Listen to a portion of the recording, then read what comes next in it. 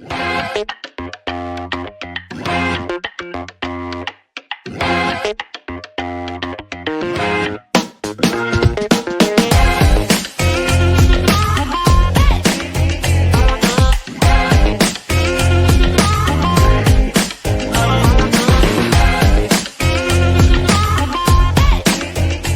what's up? Hello, everybody. Welcome back to Roll Pod, an Alabama sports podcast from Bama 247. I'm your host, Cody Goodwin.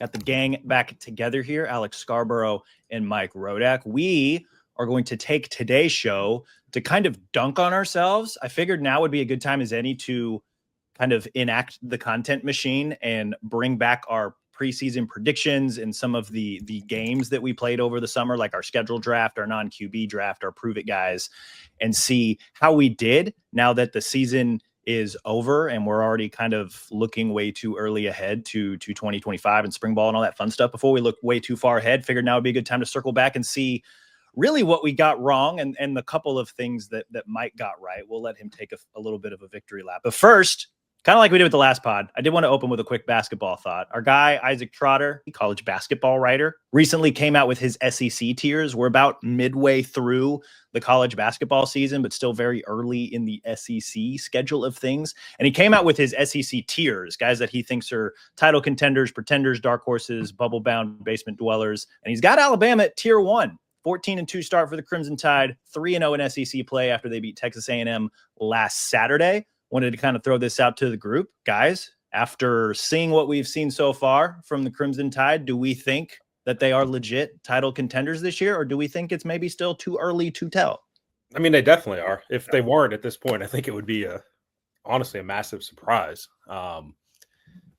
This is a team that should be contending for a title. And so I think they're roughly where they should be. I think they're probably still a notch below where some of the preseason expectations were. I mean, this was a team that everybody talked about as number one team in the country.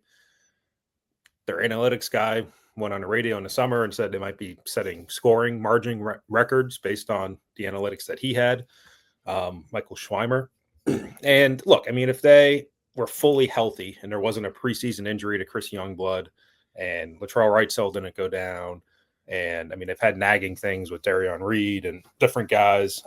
Houston Millett is his issue with his knees. Like, if they're completely healthy, I don't know if they'd play 12 or 13 guys. Like, that would still be pretty hard, but maybe they would be kind of at that point. And they're a team that is still, as Nate Oates said last night, not shooting the ball all that well. So they're, I'd say, still below the preseason expectation. The preseason expectation was so high, like almost impossibly high. So they're right where they should be to contend for a title. I mean, they're have a good start to SEC play.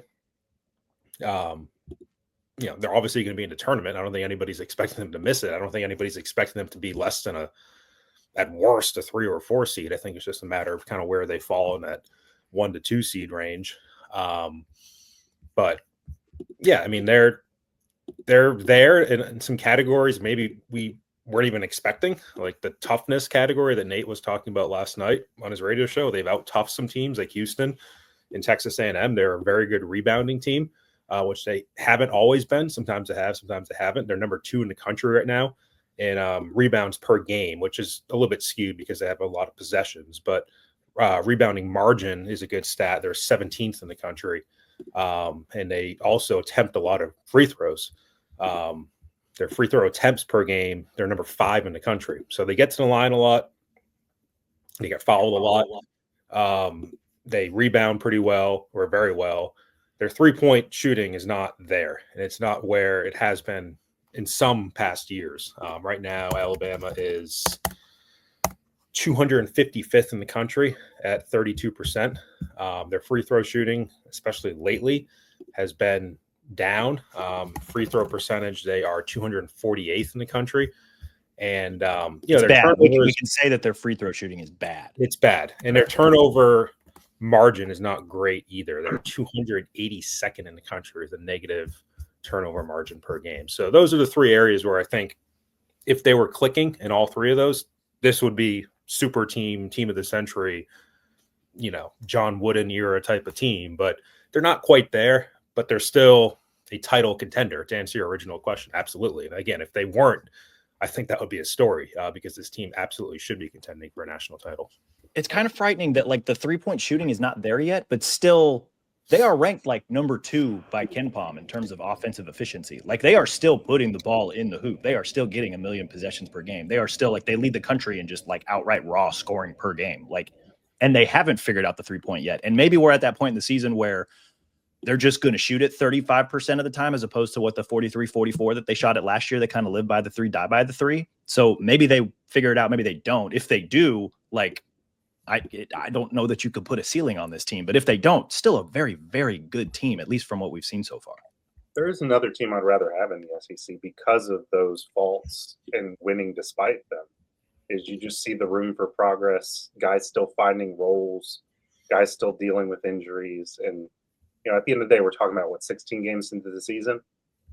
It's way too early to tell what a team's potential is.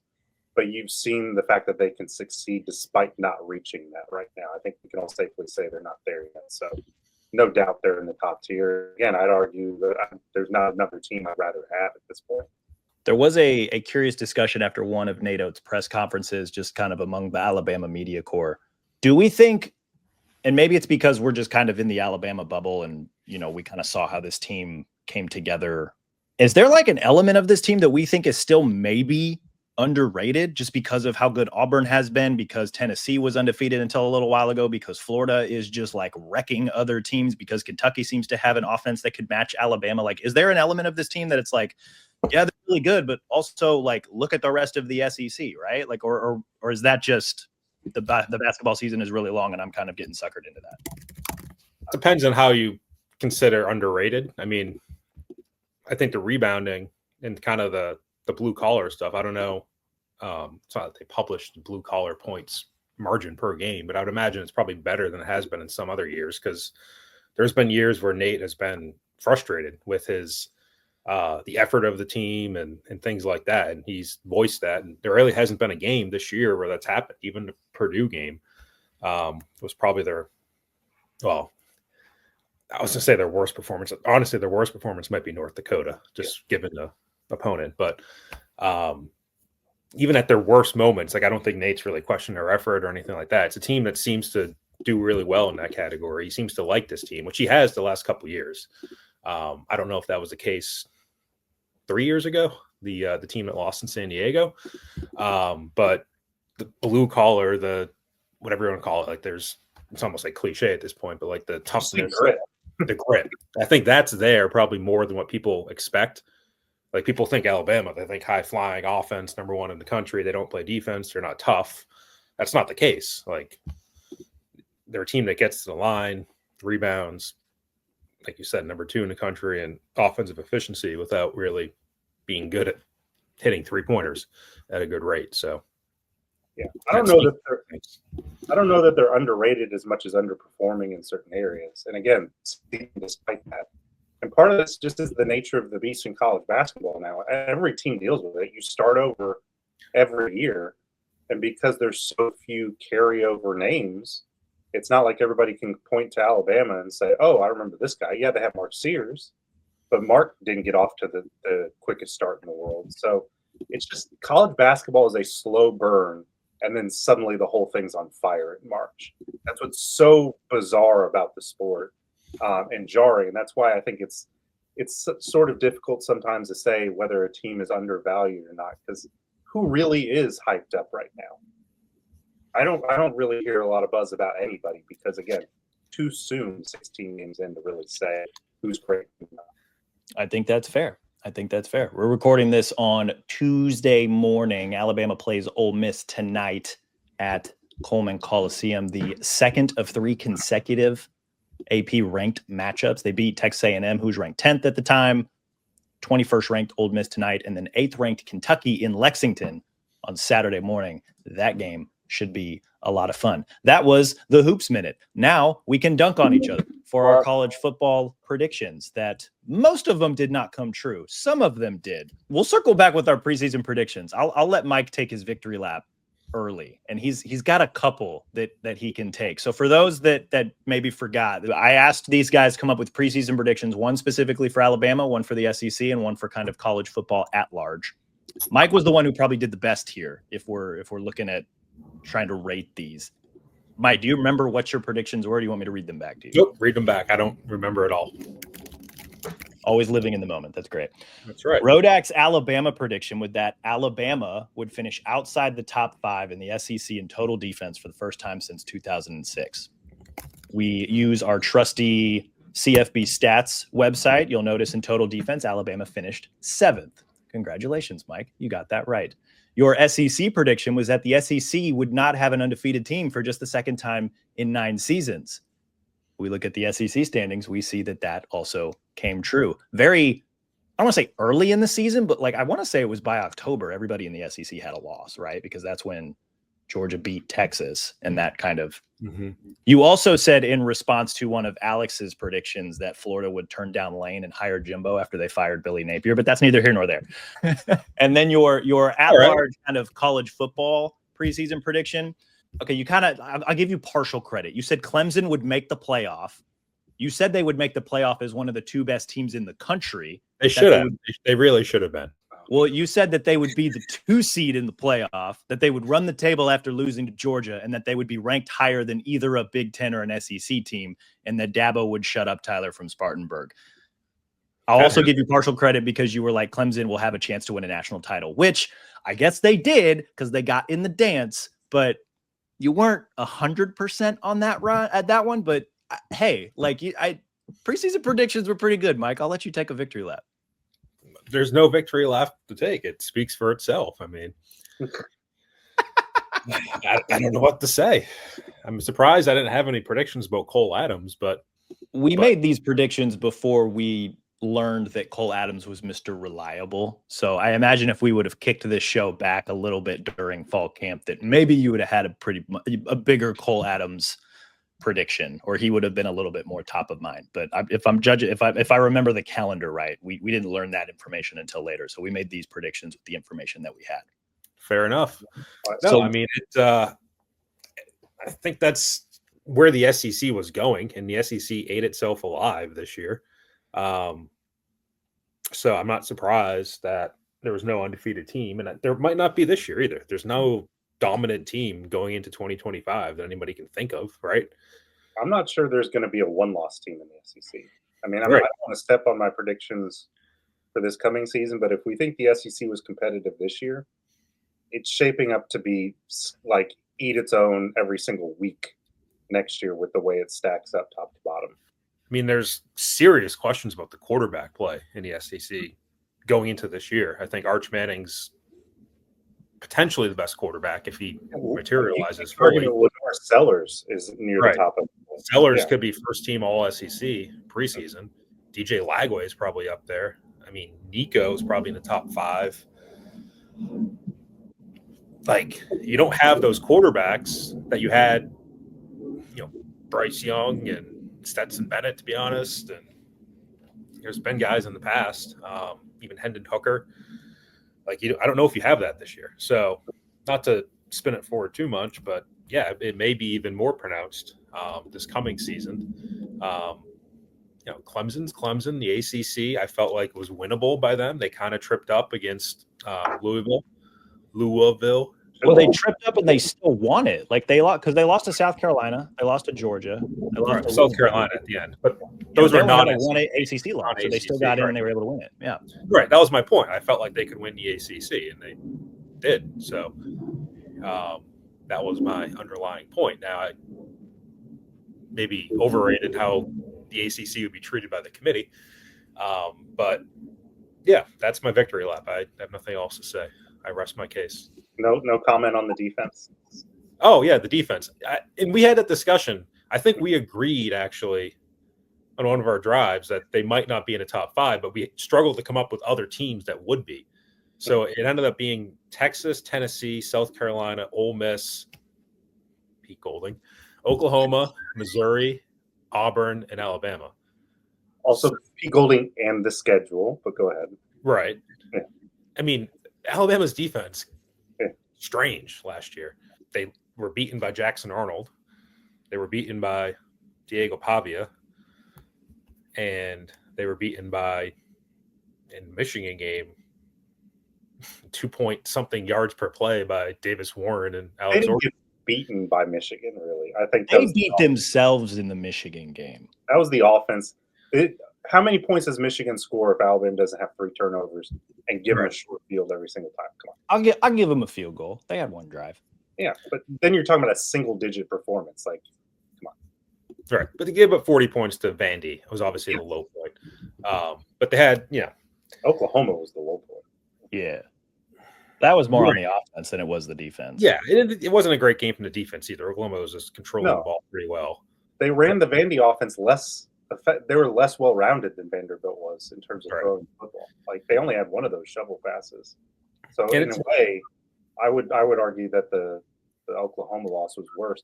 Then again, you are without Deontay Lawson for a large stretch of that game. The masterpiece of this defense last year was probably the LSU game. Yeah. Given Nussmeier's danger level, the danger level of that offense. You probably caught some breaks. The Mizzou game, Brady Cook getting hurt, coming into the game hurt. Wisconsin losing Tyler Van Dyke in the first half. They caught a lot of quarterback breaks this year. Right. You had Tennessee. Nico came out of the game for one play, and Gaston Moore came in and immediately threw a pick to Malachi Moore. Gaston. You had the backup quarterback for Mercer even playing against them. And he actually, for a Mercer backup quarterback, did not do all that poorly against Alabama's defense. So it was a little bit strange. The good news for them is that it's basically the same schedule this year and a lot of the same quarterbacks. I would have some questions about how the defense does against Sellers on the road at South Carolina. I would have still some questions about Georgia's offense against Alabama's defense on the road. Diego Pavia, baby, still has another chance at Alabama, just like he did with Hugh Freeze. It just keeps on going, coming into Bryant-Denny Stadium. Oklahoma adds a quarterback who can actually throw the football. They have to go to Jordan Hare. Auburn having a quarterback in Oklahoma that beat Alabama. Yeah. Wisconsin's new quarterback is it Locke? Is he going to be their quarterback? Braden Locke? Is it? I thought he was pretty good. I actually thought he acquitted himself a little bit better than Van Dyke before that. Yeah. So, I mean, it's a lot of the same teams, which is almost like boring how the SEC did this a little bit, but it is what it is. So we'll have to see. Like, it's going to be a very similar defense, minus probably your best player in Jahad Campbell, minus Malachi Moore. You add back Deontay Lawson, you add back Keon Sabb. You lose Q Robinson to the draft, you lose Tim Smith. Generally the same defense, though, against a lot of the same teams, just sites of the games flip. So we're going to have to see how this defense does next year. Question for the group. A lot of issues with the defense all the way through the course of the season. I think at various points, different parts of the defense struggled. What do we think was maybe the biggest reason why they finished outside the top 5 this past season? And then to also spin it forward, part 2, what do we think will be the biggest reason they jump back into the top 5 next season if they do? Can I just issue a correction real quickly? Braden Locke is now at Arizona, so he will not be coming to Bryant-Denny Stadium. Why did they not succeed? You're never going to guess my answer. Lack of a pass rush. You couldn't create negative plays. I mean, the thing that screwed Alabama on offense was the thing they couldn't do on defense, was putting yourself in second and third and long. And they just didn't, like, when your best pass rusher, and again, like, LT Overton played great this year. When your best pass rusher can't actually pull down the quarterback, 39 pressures, 2 sacks, you need guys who can get the quarterback down on the ground. You need guys who can create tackles for loss. I would argue he was good, not great, because of that. Yes. And if they can just, again, I wrote about this yesterday. If he can become a double-digit sack person, LT just specifically, they become a better defense overnight. So if you create more negative plays, you're going to be better. I don't think it's much more different than that because of all that is returning on this defense and the fact that we feel pretty good about the secondary. The inside linebackers are probably a question mark, but to me, the same question remains as it did last year. Can you rush the passer? Can you stop having to send numbers and blitz in order to create pressure? because that's not where you want to live as a defensive coordinator. So we'll see. Yeah, it's going to be up to developing some guys like Quay Rousseau, like some guys in the year two, Yanze Pierre maybe. They need guys who can fill that void that they had last year. Mike, do you agree with that? Pass rush, the reason they were outside the top 5 and could potentially jump back into the top 5 next year? Yeah, I mean, it was different things, though. I mean, the run defense at points last year wasn't great. Probably earlier on, I felt that way. I'd have to go back and look at some of the stats. Like, obviously, the pass defense had its moments as well. The Georgia game, second half. It's always going to be something different. Yeah, I wouldn't underrate losing Jahad Campbell because he's a damn good player. I also want to underrate losing a guy like Malachi Moore. Granted, I think people feel good about Sabb and Hubbard and Mincy if he's back there, but you're losing some heart and soul type of guys in Malachi and Tyler Booker. I'm interested to see who replaces them because I think if you're picking team captains for next year, Deontay Lawson and Tim Keenan, I think, are going to be the natural selections on defense. Maybe Keon Sabb. I don't know if they're the same personality types, especially with Lawson as Malachi. Like it's going to be a little bit different. And then there's nobody on offense that's like Tyler Booker. And I'm not even sure who the captains on offense would be. I think the most tenured guys are probably Jam Miller and Jaden Roberts, but especially in Jam's case, like much more quiet or reserved type of personality. So you're losing something just in terms of the locker room and leadership aspect. And you can't discount that as well, in terms of losing Malachi, because, he's been a pretty good player. I don't know if he's not Minkah Fitzpatrick, but he's been a solid player for him for a while. And, you also lose Devontae Smith in the slot, which we talked about in the previous show. I probably would have started another year here. So who's in that role next year and how does that look? So it's a game of whack-a-mole. Maybe the pass rush steps up and maybe you have other problems elsewhere. It's hard to say at this point. Alex, do you remember your preseason predictions? Or would you like me to read them off to you? Not specifically, but I know they're not good. So for Alabama, you predicted that Justice Haynes and Jam Miller would combine for over 1,800 rushing yards. You wanted to say 2,000, but you figured that Jalen Milroe might eat into the rushing share. For the SEC, you said that both Sam Pittman and Billy Napier would be fired before the end of the season, to which Mike said, that's not bold. You also said that Billy would get fired and that Lane would flirt with Florida and back into the job and screw it up. None of that happened. Keep going. You did not think, and I guess this is still kind of technically possible. We'll get into it. Not probably too deep. You didn't think Deion Sanders would be the coach at Colorado. You thought the wheels would fall off. You thought they'd have a losing season, that Shedeur leaving means Deion would probably leave too, and that they would not have a lasting impact. They were in contention to win the Big 12 at the start of November. And I know that Deion was recently linked to the Cowboys job. I don't know if he's actually going to take that, but it doesn't seem like he's going anywhere. We'll see. He might just be early in that prediction. That's never wrong, just early. That's right. We in the business call 3 strikes and you're out. So do I have to leave the podcast now? Am I no longer a senior writer? Am I now a junior writer? What am I? What's that TV show? You Are the Weakest Link. Goodbye. Yeah. I mean, look, they're predictions. They're supposed to be fun, but wrong. Yeah. I don't understand the lack of a rushing attack from Alabama. I know Jalen took a lot of carries away. I'm still surprised that Justice and Jam were not more effective.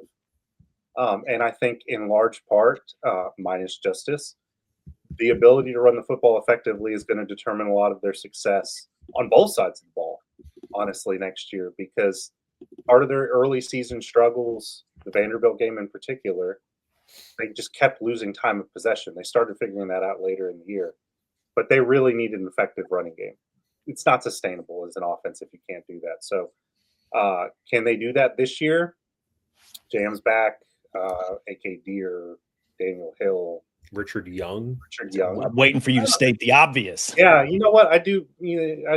Slow getting to him, but I'm impressed with what I saw in small doses. So will it be there next year? Maybe I'll be the flip side. Maybe I'll think they underperform and then they overperform. But yeah, I got that one loud wrong and still don't understand. As Cody and I lamented on many a Sunday morning podcast, but why are you not running the football more? Mike kept telling us because they weren't good enough. And that was somewhat true, but they still could have run the ball more. Again, not to spin everything forward to 2025, but guess what? That's what I'm doing. Yeah. You're losing your best lineman in Tyler Booker, first round pick probably. So you can try to run the ball more, have that more balanced attack, but I think any reasonable person will say there's a drop off from Tyler Booker to Cam Dewberry or Geno Vandermark or maybe a freshman Michael Carroll if he wins the job. So that's always into it as well. Now you do get a healthy Jaden Roberts, healthier Caden Proctor. Your right tackle situation will conform. You'll have to see. And maybe they face fewer defenders in the box. Maybe the start of the passing game opens things up a little bit. But no, it's TBD without it. Yeah, no, it's very. There's a lot of questions about this upcoming season, and that's certainly one of them. Yes. At least I think the change at quarterback is going to change the way the offense operates. I think it's going to open up a little bit more of DeBoer's traditional playbook. Do we think that will help the run game next year? That it's a little bit more of what DeBoer ran at Washington as opposed to running the offense entirely through Milroe? Absolutely. I don't know how it can't. Now, there's an opportunity for the quarterback to be terrible, and then they just tee off on the running backs. But they didn't have balance. It was, they just attacked Milroe and attacked the box. And when you're that one dimensional, you got problems. And that was not like Washington was the opposite of one dimensional. Like they could do a lot of different things to you. So if they can get back to that level of balance, then yes, there's no doubt in my mind the running game will be better. But that's not a guaranteed if. But it still boggles my mind. Like we kind of wrote off the deep passing game for Alabama after a certain amount of time last season. Yes. You weren't that. I was like a strength of theirs. You go to Wisconsin, they were good at that. Even the Georgia game, they were good at that. The Vandy game, they had the late touchdown to Ryan Williams. They were good at that. The Western Kentucky game, I feel like they were good at that. We were talking about that was the only thing they were doing, and we were concerned. Right. Nick Saban was calling them a big little offense, that they had big plays and then negative plays or short, they no gain plays, and that he didn't like that. We're talking about were they scoring too quickly because they had all these big plays. Like I feel like the capability to have that spread open offense and throw the ball deep to Ryan Williams was there. Like we saw it, and they went away from it. I think after the Tennessee game, when we saw kind of the downside of focusing on the pass. But I mean, football at the end of the day is there's an upside and a downside to everything. So the upside to Jalen Milroe was everything that Saban and Kalen DeBoer would always talk about. Like you have an extra guy that the defense needs to keep an eye on, a spy. They would need to keep a spy in. You had a numbers advantage. You had a +1 run or whatever they call them for quarterbacks. So you can turn a 4th and 1 sneak into a 70-yard touchdown. He showed that capability. I mean, there was upsides to Jalen Milroe that you are going to lose, and we can't lose sight of that as well. When you have Ty Simpson, because Ty Simpson's not going to be that sort of athlete. I do think he does bring enough from a mobility standpoint to still have some level of respect from the defense for the quarterback run. Alex is right. You need your quarterback to be able to distribute the ball and have that passing game be there, short, medium, and long. And if Ty can do that, then I think, yes, they can take advantage of a more wide open playbook. But there's obviously reasons why Kalen DeBoer kept Jalen Milroe in the game or in the season. And you do lose some of those benefits and some of that upside to Jalen going to a different quarterback. So my preseason predictions, I also struck out, Alex, so you guys can dunk on me for some of these. My Alabama prediction, I thought Jalen Milroe would be in New York for the Heisman Trophy ceremony. Whoops. My SEC prediction, I did not think it would be a Texas-Georgia SEC championship game. Whoops. And then my at-large college football prediction, I thought the group of 5 playoff team would win their first game. To be fair, I didn't think Boise would get a bye and end up in the quarterfinals anyway. I thought that they would win their first round game and then get to the quarterfinals, but group of 5 playoff team did not win their playoff game. In fact, they got pretty well beat down by a pretty good Penn State team in that. What was that? They played in the Fiesta Bowl. So whoops, 1, 2, 3. I guess I'm off this podcast too. So I guess, Mike, this is your show now. So Penn it would State- have been if Boise was not, if they didn't get a bye, they would be the 12 seed, and Boise would have been going to Texas. I don't know if Boise wins that game, but I don't know if there's a difference between the outcome there. No. Day, They would've got Texas. you know. Right. So, like I said, I went 0-3, and this is Mike's podcast now. I'm the captain now. I am the captain now. Yours sounds kind of Irish, but okay. Is there any more discussion on that, or can we just move on to the That's What, it's in your, accent or the prediction? it's in your best interest to move on. we'll just keep the train moving. The couple other games that we played, I mentioned this at the top of the show. We had a scheduled draft. We had a non-quarterback draft. We had some prove it guys. I figured we could run back through these, and because I did these shows where there were only 2 of us per podcast, so I will let the third of us on the show decide who the ultimate winner was. So Alex and I did the scheduled draft. Alex picked Georgia, Wisconsin, LSU, Auburn, Western Kentucky, South Carolina. I picked Mizzou, Tennessee, Oklahoma, South Florida, Vanderbilt, Mercer. So the games I picked, Alabama went 3-3. The game Scarborough picked, Alabama went 6-0. But who won the draft? So what was the point of the draft again? To pick the hardest games or the easiest games? We were just picking the schedule, Yeah. like the games we thought were most interesting for various reasons. And then we explained why we drafted them in the order that we I mean, I think Alex's games were more interesting at the end of the day. Come on, man. I picked the losses. Like, those are interesting, right? But nobody expected them. So I guess it depends. Like, were they interesting after the fact or before the fact? We Maybe made the Mercer game interesting. Yeah, no. Look, I'll if you want credit on this one, I'll give credit to you. I need to know the parameters of what the There were none. goal It was. we were just deciding based on like teams of each game, if I remember correctly. Yeah, we were drafting them based on interest to us, and then Mhm. we were kind of explaining why they were interesting for us. So, I still think math. I 6-0. it's hard to be 6-0. That's pretty clean. Not gonna lie. Did you know that 7 games away from Bryant-Denny Stadium, Alabama is 2-5? Is that right? I Woof. was thinking about that the other day because they lost at the Rose Bowl. They went on Wisconsin. They won. They lost at Vandy. They lost at Tennessee. They beat LSU. They lost at Oklahoma, and they lost in Tampa to Michigan. That's 5 losses and 2 wins. LSU or in Wisconsin were the wins. Michigan, Vandy, Tennessee, Oklahoma, Michigan were the losses. 2-5 in their last 7 games outside of Bryant-Denny Stadium. That's nuts for this program. And we have to go to Florida State, Georgia, Missouri, South Carolina, and Auburn next year. Oof. I mean, it's funny because we always think of the years when they have to go to Tennessee and LSU as the tougher Mhm. of kind of what's been the rotation, but you're adding in now that Power 5 road game, which they didn't used to have, or they didn't have for a while.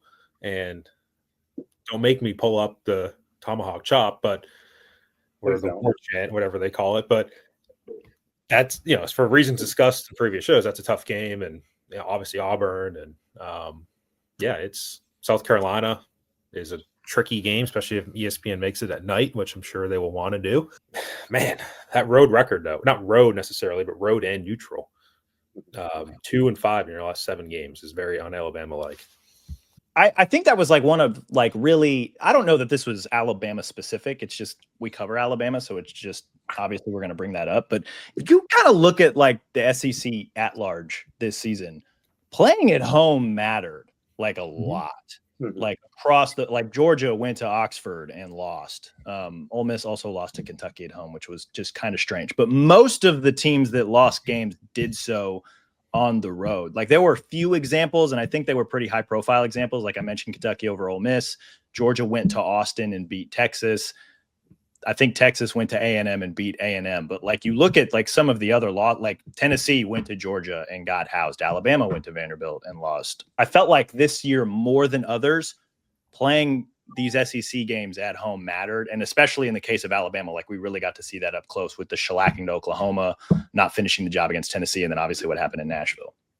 Yeah, and if you told me Alabama goes 5 or I guess in terms of major conference games, 5-0 at home, Wisconsin, Vandy, Tennessee, LSU, Oklahoma. If they go 5-0 in major conference games this year at home, like that wouldn't surprise me at all. I feel like those are all 5 winnable games, and it's just a question of, I think, what's going to determine the outcome of their season, playoff or not, is probably how they do at South Carolina, how they do at Georgia, how they do at Florida State. Do they screw up and fall into a trap at Missouri? Like, that's going to be the bigger story to me, is the road games, which, it's probably true for most years, but I do agree it was a little bit more pronounced this past season. The SEC was 31-38 on the road and 81-30 at home. I think that number says it all. We also did a non-quarterback draft where we were drafting skill guys, not just basically anybody but Milroe. This was between Rodak and I. The parameters for this game, we had to pick a guy on offense, a guy on defense. We had to pick a transfer. We had to pick a freshman. And then we also had a flex position of guys that we think would make the greatest impact on Alabama in 2025. Alex, you're going to have to be the judge of this one to see who won. This was Rodak's non-quarterback draft. Hold on. Here we go. All right, I'll do it in a pen and paper. All right, what do we got? Bringing his pixelated whiteboard out. No, we'll just go with the old legal pad today. So this was Rodak's non-QB draft. Cole Adams is not on this. I'm going to be very upset. He's not. Are you ready for these? we both had some hits and misses. Okay, Rodak picked Caden Proctor, Jeremy Bernard, Deontay Lawson, Ryan Williams, and Keanu Coote. Ooh. I picked Tim Keenan, Parker Brailsford, Keon Sabb, Justice Haynes, and I'm going to flex on this one, Xavier Brown. So who won? Haynes and Xavier. All right. Well, I got to think about this. It's kind of even, to be honest. Like, I think we both missed on one. You missed on Haynes. I missed on Coote. I think we definitely hit on a couple. Your Keenan Brailsford start was very solid. I'll give you that. Sabb injury, I think, screwed you. So I'm tempted to go with Mike because the Coote Haynes thing sort of canceled out, and he had Jeremy and Ryan Williams and Deontay Lawson. It's a pick'em game in my mind. I'm not sure I can give you an exact answer on this, but it's pretty even. I don't know. Like I'll probably give Mike the edge just a little bit because I think like you could argue that. But you got the 2 best interior players on the team, though. Yeah, I did. But like Proctor was really, really good, and so was Brailsford. So like those two also kind of cancel out on the high end. So then you're looking at like Sabb, Brown, and Keenan versus Bernard Lawson and Ryan Williams. Like that's really kind of if you had Sabb all season, I would have given it to you. But the Sabb injury and Justice Haynes underperforming, it hurts you. My theory is that like when Sabb was playing, generally played pretty well outside of probably the Georgia game. Like he still, even while battling that injury, he made some plays in that Tennessee game. And then when he was out is when they kind of got hurt deep. Whereas like, if you want to make the full comparison, like Ryan Williams was great the first 6 games, not so much the last 6 games. That's so, true. I mean, if we're talking about like lasting images from this season, the image of Keon Sabb going from high state to the side to us, to break up a pass, hobbling the whole way, is one of the enduring images of this season. He played his guts out in that loss. And I think we all knew leaving that stadium that was probably the last time we were going to see him that year. But yeah, I got to give it to Mike, but it's a slight edge. Yeah, I think Mike barely wins. Just, yeah. I don't know, like by like a point or two if we're keeping track of these things. Yeah. Halfway story of my life. I barely win. Yeah, you take those dubs how you can get them, and you don't apologize for them. You're we also Chiefs of this podcast. There you go. You get the wins and you don't apologize for them. I don't know. I think the offense. This is not an NFL podcast, but I think the Chiefs' offense are going to come together. And Saturday they host Houston, so I'm not terribly worried about that one. Right. This isn't an NFL podcast. This is not an NFL podcast. It is a college football podcast, and one other game that we played in the preseason, or maybe this was over the summer, Scarborough and I listed out some prove it guys that we wanted to show us something during the 2024 season. So, Mike, you got to be the judge here. Alex picked Jeremy Bernard, the combination of Damani Jackson and Keon Sabb in the secondary, and the running back room. I picked Kendrick Law, Caden Proctor, and the bandit defensive end position. So again, it's the parameters of were those good choices to prove it, or did they prove it? Yes, it's tough because, like, picking the running backs, I thought they did have something to prove. They just didn't do it. Right. Like Kendrick Law had something to prove. I don't think he really did it. Yeah. I think it was a good choice, but if he didn't follow through with proving it, I'll judge you on that ground. How about that? Okay, that's I'll fair. judge it on the ground of did they come through for you? And in that regard, I think Domani Jackson and Sabb, yes. Obviously, the Sabb injury is an asterisk there. Jeremy Bernard, yes. Yeah, he did. But, if he was truly breakout worthy, then, he'd be probably in an NFL draft right now. Obviously, there's some extenuating circumstances when you have the quarterback situation they did. So I would say yes. So, yeah, I like your choices. Your choices, Cody, were I had Kendrick Law, Caden Proctor, and then kind of in the same way that Alex picked the running back room, I picked the bandit position. Yeah, so Alex wins because, Proctor, I think, had a pretty good year, but he's your best of your three. The bandit position, I don't think really did enough. I think Jamarian Latham is very upgradable as a player. I think he's kind of solid in kind of what he does and who he is, but you can do better in the SEC. If you want to be an SEC power, I think you can do much better than him at the bandit position, and I don't think he's going to be at the bandit position this year. I don't think his role is going to be as big as it was for most of this past season. So, you have Overton at that spot, which, as we talked about, close but not there. So yeah, Alex wins that category in terms of guys who actually proved it for you.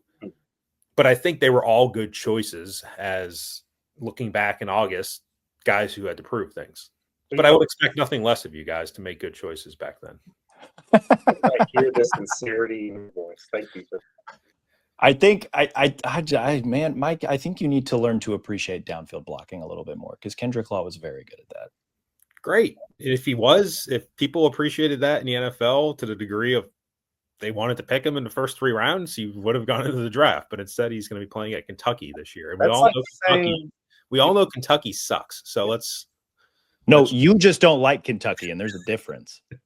Well, that leads me to the next thing I wanted to review, just kind of briefly. We don't have to go through every single one of these, but you guys remember the podcast where we each had a word. We had to pick a word for every SEC team leading into the 2024 season. I got the memory of a goldfish, so I vaguely remember this. Mike, do you remember your word for Kentucky? Bad. Boring. I mean, they were worse than boring this year. I mean, they took Georgia to the wire. They went to Oxford and beat Ole Miss. Like, I know that they weren't necessarily good, but I don't know that quarterback just retired. I mean, Brock Vandegrift just retired. That doesn't mean they were boring. It was so boring they destroyed his this year. So boring that he said, "I'm done with football." They were boring and they were bad. So I feel like that's a accurate description of Kentucky. They had the one little moment against Georgia. After that, and Ole Miss, but like after that, nobody really cared. And was the win against Georgia not boring? It wasn't a win. Even when they win, it's in boring fashion. It wasn't a win against Georgia. They still lost the game. Yeah, but it was a boring. Yeah, yeah, it was a low-scoring game. Their defense. I'm trying to help you out. What? I'm trying to help you out here. That's even when they win or play a good game, it's a boring game. Right. I might be the only college football fan in the country that appreciates good defense because that was a good defensive slugfest. Like that was Georgia versus Georgia Light, and Georgia Light was giving Georgia problems. Look, I appreciate good defense, but I think more of that was Georgia being anemic offensively and not being able to do anything, and Kentucky just being built to handle what they were doing. Because at the end of the day, Georgia didn't have the best running game in the world, and Carson Beck went through massive ups and downs, which is why it's brilliant that he's going to Miami now. Yeah, I mean, they were 16th, 15th, 14th, 13th, 12th, 11th in scoring defense last year. They were, I think, 11th in total defense as well. So there's right in the middle, boring. Some of the other words that we got correct, Georgia, the word was favorite. Oklahoma, the word we picked was patience, even though they kind of took a shovel to Alabama's face. Tennessee, dark horse, I think that was fitting. I think we kind of had them in Alabama on a similar plane, and Tennessee ultimately won that game and got into the playoff. Yeah. Texas, the word was overrated. I think we missed on that one since I know they didn't win the SEC, but they did get back to the CFP semifinals. I don't know that overrated fully worked there. Quinn overrated, Texas not overrated. Yeah, that's fair. I don't know how I feel about Quinn Ewers. I think he's good, not great. He's fine.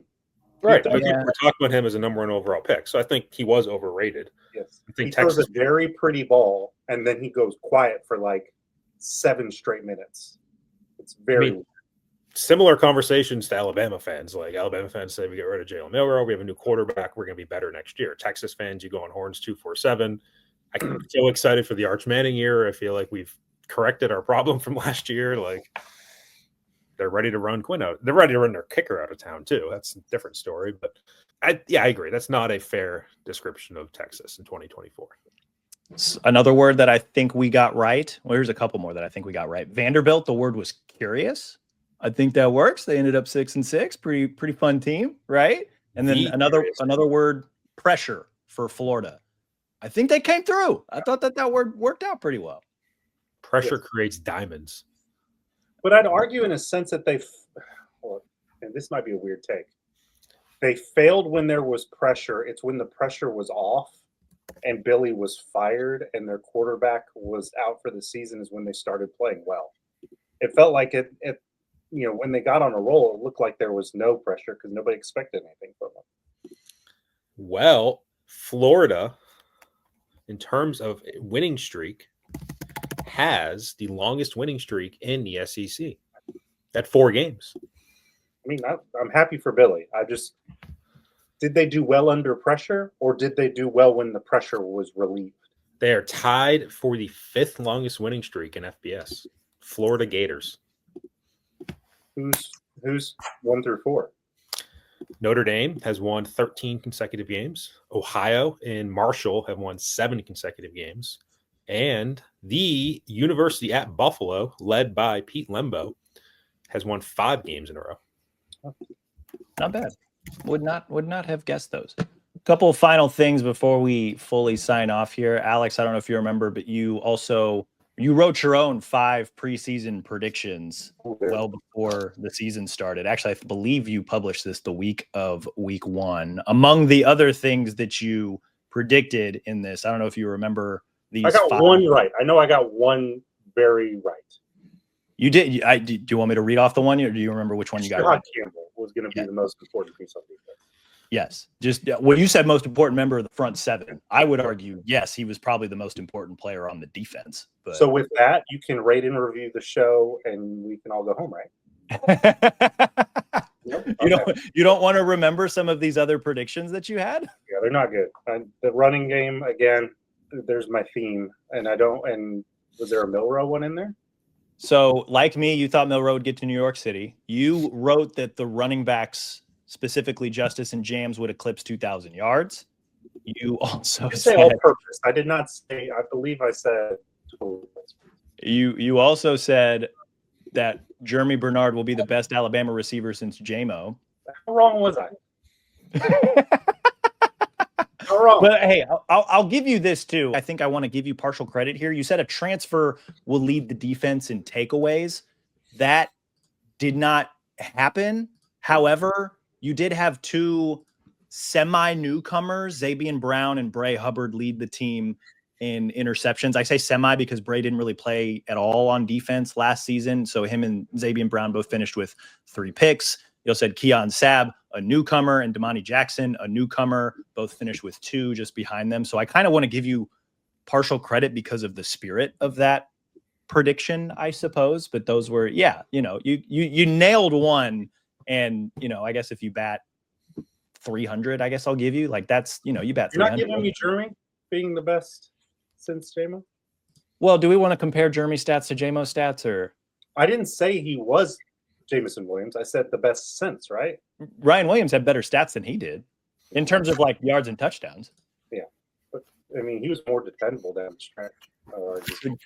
J-Mo in 2021 had 79 catches, 1,500 yards. Was Jamison Williams better? That's not what I said was going to happen. I said the best since. And to be fair, that was a very low bar because they've not had great receiving since then. J-Mo is Alabama's last 1,000-yard receiver. That's crazy. I guess, again, spiritually, yes, because also, like, in addition to the receiving stuff, like, man, that dude was fun to watch play football this year. So I'll give you partial credit for that one too, I suppose. I mean, overall, not a great prediction year for me. You and me both just not great. Mike, I wanted to make sure that Mike had time for his victory lap because I thought he did pretty well. Remind me of what my accurate predictions were.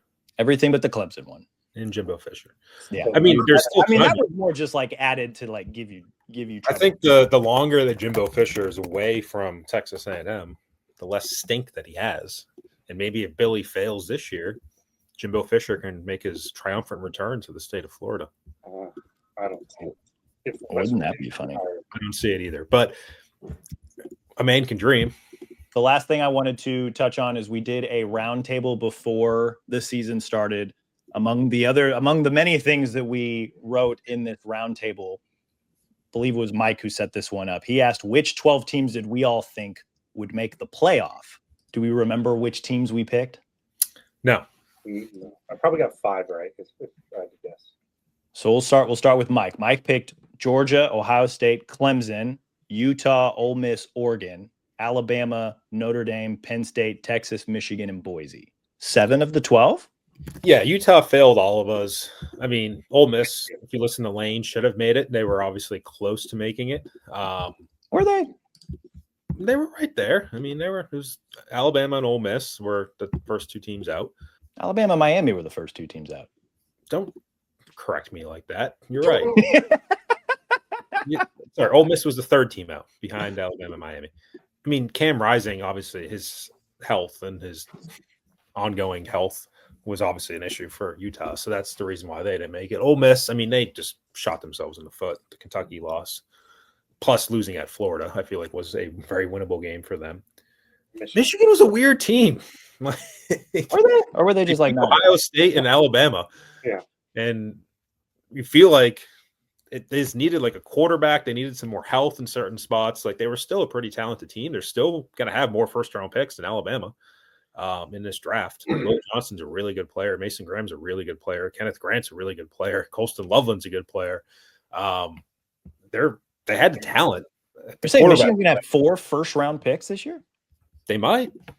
Over unders 2.5 probably. Right, of that. But I mean, Loveland, I feel like won't go first round. I don't think so. No. But you have Will Johnson and Mason Graham, who are obviously locks, but maybe they sneak another guy in there. I think Kenneth Grant, maybe, right? Do we think he would be the 3rd potentially, I would think.